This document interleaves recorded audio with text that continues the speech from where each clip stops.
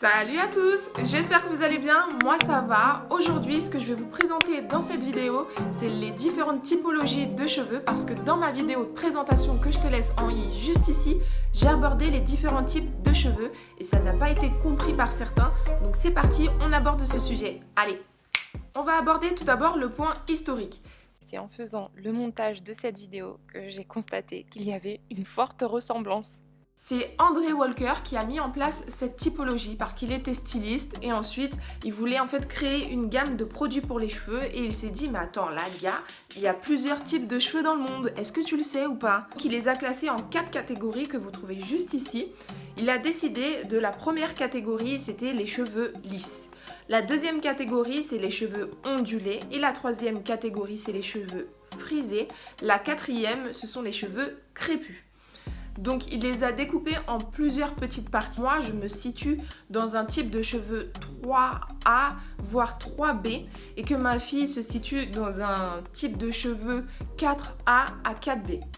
Donc c'est pour ça que dans ma vidéo de présentation, je parlais de ce type de cheveux. Ce que je vous conseille, c'est de connaître la porosité de votre cheveu.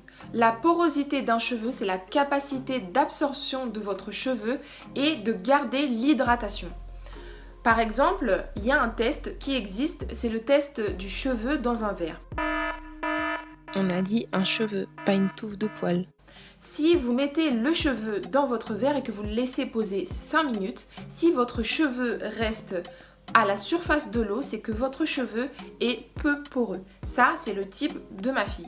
Ça veut dire que ses écailles restent fermées et donc le produit ne pénètre pas dans la fibre capillaire du cheveu. Donc ce qui veut dire que ça va faire une espèce de pellicule blanche sur son cheveu tellement que le produit ne rentre pas. Ensuite, il y a le cheveu qui va au milieu du verre et donc ça c'est des cheveux normalement poreux, c'est-à-dire ça c'est mon type de cheveux. Quand je mets un produit, voilà, ça s'absorbe et c'est fini. Ensuite il y a les cheveux qui descendent jusqu'au fond du verre et ça c'est les cheveux très poreux. Ça non plus c'est pas forcément bon parce que votre cheveu reste tout le temps avec des écailles ouvertes et donc ils ont tendance à gonfler lorsqu'il y a de l'humidité.